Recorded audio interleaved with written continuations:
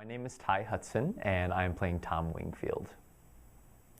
One nice thing is it's kind of like Death of a Salesman and some of those other classical American shows. It has the family dynamic of family conflict, and you see that in contemporary shows still like August Osage County and things like that. So it's a story that still is able to be felt from audiences in a contemporary setting, that it doesn't really feel as old as it is. Like if we didn't set it with older costumes or didn't have older mentionings of things that were going on in the time, I don't think you'd have any idea that it was an older based show if you just take the text.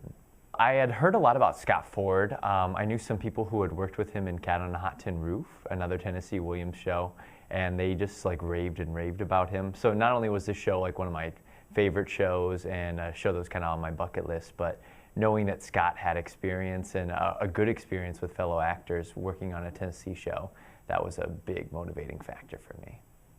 Scott does a really great job of making it a really nurturing environment where you feel like you can go take a chance and you can fail, and that's okay.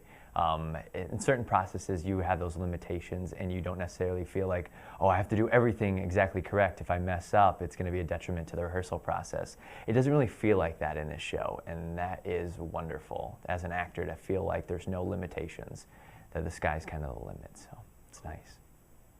I think it'll be really fun to hear audiences converse and ask questions after the show, because I think they're going to have questions, and there's going to be some differences in opinions on whose opinion they most directly coincide with, who was in the right, who was in the wrong. It should be really interesting to hear some audience feedback in that respect.